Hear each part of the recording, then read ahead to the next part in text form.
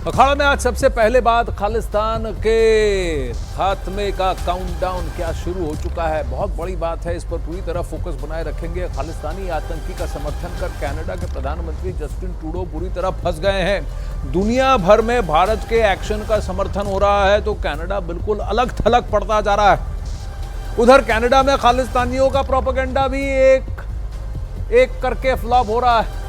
दूसरी तरफ पाकिस्तान की खालिस्तानी साजिश पर भी बहुत बड़ा पर्दाफाश हुआ है और इस सब के बीच भारत के एक्शन से खालिस्तानियों के होश उड़ गए हैं। वो शायद समझ गए हैं कि भारत को छेड़कर उन्होंने बहुत बड़ी गलती कर दी है और यही एहसास कनाडा के प्रधानमंत्री जस्टिन ट्रूडो को भी होने लगा है।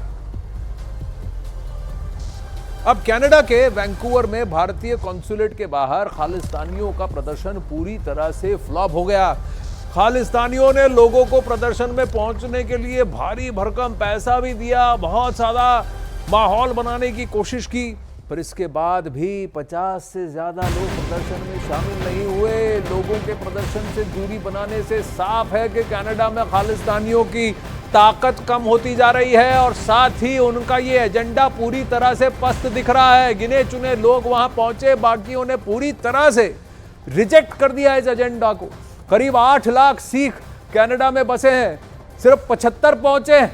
आप सोच लीजिए सिखों की तरफ से इससे ज्यादा बड़ी आवाज क्या हो सकती है, रिजेक्शन की आवाज क्या हो सकती है।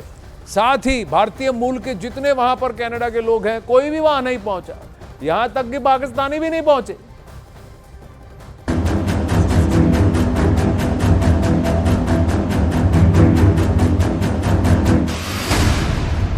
कनाडा में खालिस्तानियों का मंसूबा नाकाम।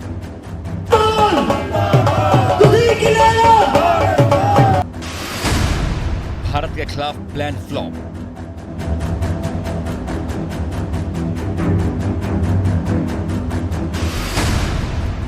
कनाडा में खालिस्तानियों का फ्लॉप शो।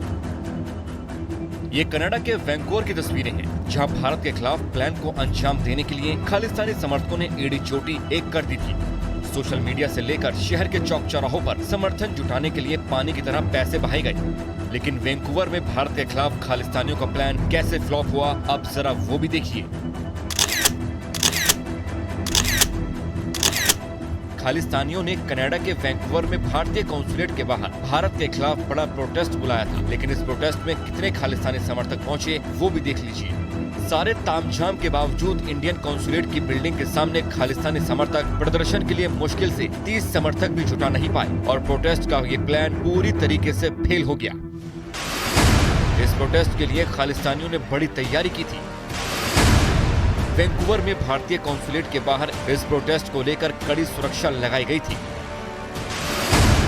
लेकिन मुट्ठी भर खालिस्तानी समर्थकों के पहुंचने पर पूरा प्रदर्शन फ्लॉप हो गया। अब जरा ये देखिए कि कनाडा में भारत के खिलाफ खालिस्तानियों को भड़काने के लिए पाकिस्तान की ओर से कैसे प्लान बनाया गया था।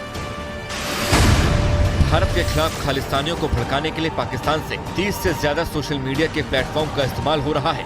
पूरी दुनिया में सोशल मीडिया के 30 से ज्यादा प्लेटफॉर्म के जरिए माहौल खराब करने की कोशिश कर रही है पाकिस्तान की खुफिया एजेंसी ISI। सोशल मीडिया पर इन तमाम प्लेटफॉर्म पर एजेंडा पाकिस्तान से चल रहा है। भारतीय एजेंसियां 30 से ज्यादा सोशल मीडिया प्लेटफॉर्म पर नजर रख रही हैं। कनाडा में बैठे खालिस्तानी समर्थक और आतंकी भारत के खिलाफ इस प्रदर्शन को पूरे कनाडा में रह रहे सिखों से जोड़कर दिखाने की कोशिश कर रहे हैं, लेकिन हकीकत यह है कि कनाडा के सिख समुदाय में के ग्रुप यानी मुट्ठी भर खालिस्तानी समर्थकों के खिलाफ गुस्सा है। कनाडा में कुल 250 गुरुद्वारे हैं, जिसमें सिर्फ 30 गुरुद्वारों में खालिस्तानी आतंकियों का दबदबा है। यानी कनाडा के गुरुद्वारों का खालिस्तानी आतंकियों को समर्थन का दावा पूरी तरीके से गलत है। यही नहीं, कनाडा में सिख समुदाय की कुल आबादी करीब 7.5 लाख है, लेकिन सूत्रों के मुताबिक कनाडा में खालिस्तान के समर्थकों की गिनती 10,000 से ज्यादा नहीं है। इनमें भी केवल 5,000 ऐसे हैं जो खालिस्तानी आतंकियों के कट्टर समर्थक हैं। मतलब ये कि कनाडा में ट्रूडो के समर्थन से खालिस्तानी आतंकी भारत के खिलाफ एजेंडा चलाने के लिए एड़ियां रगड़ रहे हैं, लेकिन ना तो उन्हें कनाडा में सिख समुदाय का समर्थन मिल रहा है और न ही खालिस्तानियों के समर्थन में आया ISI का मंसूबा कामयाब हो रहा है। अब वहीं खालिस्तानी आतंकियों से संबंध पर कनाडा सरकार का बड़ा झूठ बेनकाब हुआ है। कनाडा में खालिस्तानी नेटवर्क से जुड़ा एक बहुत बड़ा पर्दाफाश हुआ है। कनाडा में खालिस्तानी आतंकवादियों और वहां के अधिकारियों की मिली भगत की बात भी सामने आई है। देश के युवाओं के विदेश में बसने की चाहत को खालिस्तानी आतंकियों ने खूब भुनाया और साजिश करके एक नेटवर्क तैयार किया। साथ ही पंजाब में देविंदर बम्बिया गैंग, अर्श डल्ला, लखबीर लांडा जैसे गैंगस्टरों का भी उन्होंने इस्तेमाल किया है।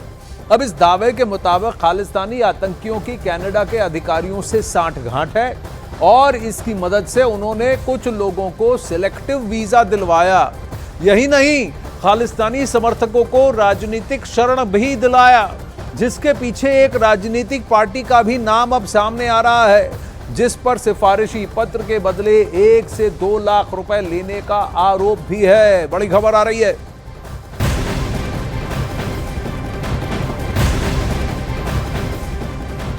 कनाडा में बैठे खालिस्तानी आतंकियों की फंडिंग पर बहुत बड़ा पर्दाफाश हुआ है और इसका पाकिस्तान कनेक्शन भी अब सामने आ रहा है। सूत्रों के मुताबिक ड्रोन के जरिए पंजाब में ड्रग सप्लाई होती है।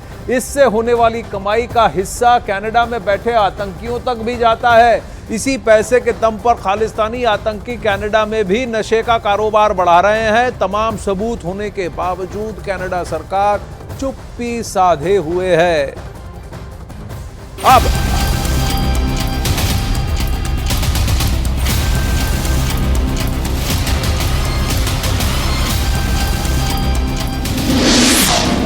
खालिस्तानी आतंकियों पर बड़ा पर्दाफाश।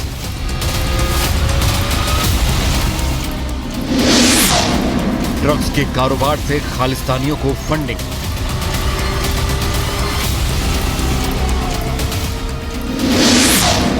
ड्रग्स के पैसों से आतंकी साजिश।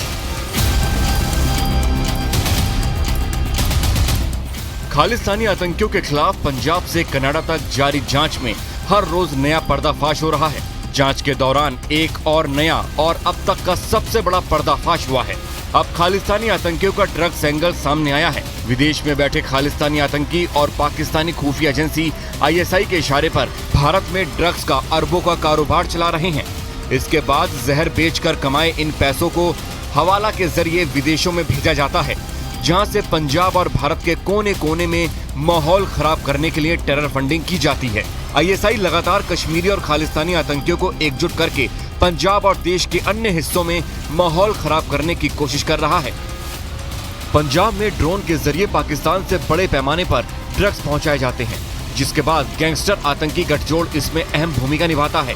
जांच में ये बात भी सामने आई है कि इस ड्रग्स को बेचने के बाद उसमें से एक बड़ा हिस्सा कनाडा में बैठे खालिस्तानी आतंकवादियों तक जाता है। कनाडा में बैठे खालिस्तानी आतंकी अपने नशीले पदार्थ का कारोबार वहां भी बढ़ा रहे हैं। ड्रग्स और जबरन वसूली से कमाए गए पैसे से अब ये खालिस्तानी आतंकी कनाडा की राजनीति में अपने कदम आगे बढ़ा रहे हैं। इसी राजनीति के चलते साल 2022 में कनाडा के एक बड़े नेता रिपु दमन सिंह मलिक की हत्या कर दी गई थी। हत्या का आरोप खालिस्तान आतंकी हरदीप सिंह निज्जर पर लगा था। वहीं कनाडा सरकार ने तमाम सबूत होने के बावजूद हरदीप सिंह निज्जर के खिलाफ कोई कार्रवाई नहीं की थी। साल 2016 के बाद पंजाब में सिखों हिंदुओं की टारगेट किलिंग खालिस्तानी आतंकी हरदीप सिंह निज्जर और उसके सहयोगियों की करतूत थी। कनाडा में अपने बढ़ते दबदबे से उत्साहित आतंकवादी अपराधी गठजोड़ ने विदेश में मौजूद अल्पसंख्यक हिंदुओं को खुलेआम डराना और उनके मंदिरों को नुकसान पहुंचाना शुरू कर दिया। यही नहीं, कनाडा में हिंदुओं को देश छोड़ने की धमकी दी जा रही है। हिंदुओं पर हो रहे अत्याचार पर कनाडा सरकार की ये चुप्पी बताती है कि मानवाधिकार को नापने के लिए उसके दो अलग अलग पैमाने हैं।